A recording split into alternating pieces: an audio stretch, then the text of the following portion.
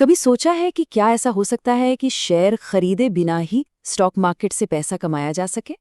सुनने में अजीब लगता है ना?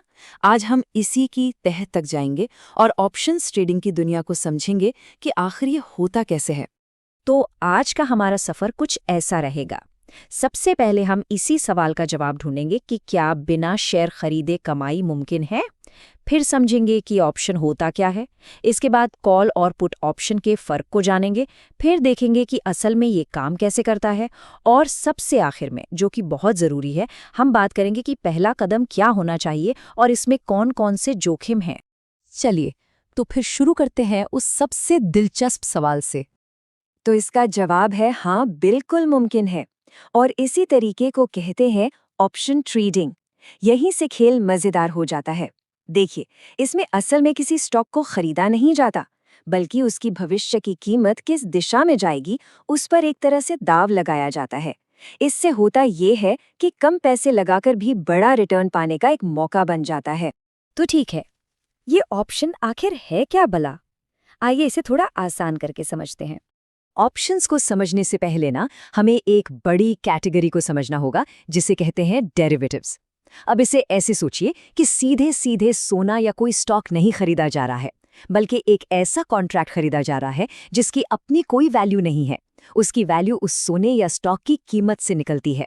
मतलब ये सब कुछ सिर्फ कीमतों के उतार चढ़ाव का खेल है। इसको समझने का एक बहुत ही शानदार तरीका है। मान लीजिए स्टॉक ट्रेडिंग एक दुकान का मालिक होने जैसा है। दुकान आपकी है तो सारा मुनाफा आपका और सारा घाटा भी आपका, पूरी जिम्मेदारी आपकी है।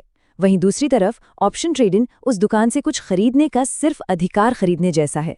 आप दुकान के मालिक नहीं हैं, आपके पास बस एक तय कीमत पर कुछ खरीदने या बेचने का एक विकल्प है, कोई मजबूरी नहीं। यही सबसे बड़ा फर्क है। ठीक है, तो आप बेसिक आइडिया तो समझ आ गया है। चलिए अब ऑप्शंस के दो मुख्य प्रकारों के बारे में जानते हैं।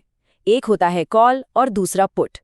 तो सबसे पहले बात करते हैं कॉल ऑप्शन की। ये तब खरीदा जाता है जब बाजार को लेकर उम्मीद हो कि वो ऊपर जाएगा। मतलब शर्त इस बात पे लग रही है कि किसी चीज की कीमत भविष्य में बढ़ेगी। और इसके बिल्कुल उलट होता है पुट ऑप्शन। ये तब काम आता है जब लगे कि कीमत नीचे जाएगी। मतलब शर्त इस बात पर लग रही है कि उस चीज की वैल्यू कम हो जाएगी। अब देखिए, हर ऑप्शन कॉन्ट्रैक्ट में ना ये तीन चीजें होती ही हैं। पहला है स्ट्राइक प्राइस, मतलब वो फिक्स्ड कीमत जिस पर खरीदने या बेचने का सौदा हुआ है। दूसरा है एक्सपायरी डेट, यानी वो आखिरी तारीख जब तक आपका ऑप्शन वैलिड है। और तीसरा है प्रीमियम, ये वो छोटी सी फीस है जो उस ऑप्शन को खरीदने के अधिकार के लिए दी जाती है।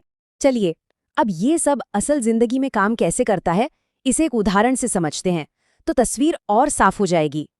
मान लीजिए एक शेयर की कीमत है 2000 रुपये। अब लगता है कि ये ऊपर जाएगा, तो 2000 रुपये के स्ट्राइक प्राइस पर एक कॉल ऑप्शन खरीदा और उसके लिए एक छोटा सा प्रीमियम दे दिया। अब अगर अंदाजा सही निकला और कीमत 2200 रुपये हो गई तो ये ऑप्शन फायदे का सौदा बन गया और मुनाफा हुआ। लेकिन अगर अंदाजा गलत निकला और कीमत गिर के 1800 रुपये हो गई तो बस उस ऑप्शन को एक्सपायर होने दिया जाता है। इसमें कुल नुकसान कितना हुआ? सिर्फ वो छोटा सा प्रीमियम जो चुकाया था। अब ये सब सुनने में काफी रोमांचक लग सकता है, लेकिन अब बात करते हैं सबसे जरूरी हिस्से की। अगर किसी की इसमें दिलचस्पी है तो शुरुआत कैसे की जाए, और उससे भी ज्यादा जरूरी, इसमें बड़े बड़े खतरे कौन से हैं। तो शुरू कहाँ से करें?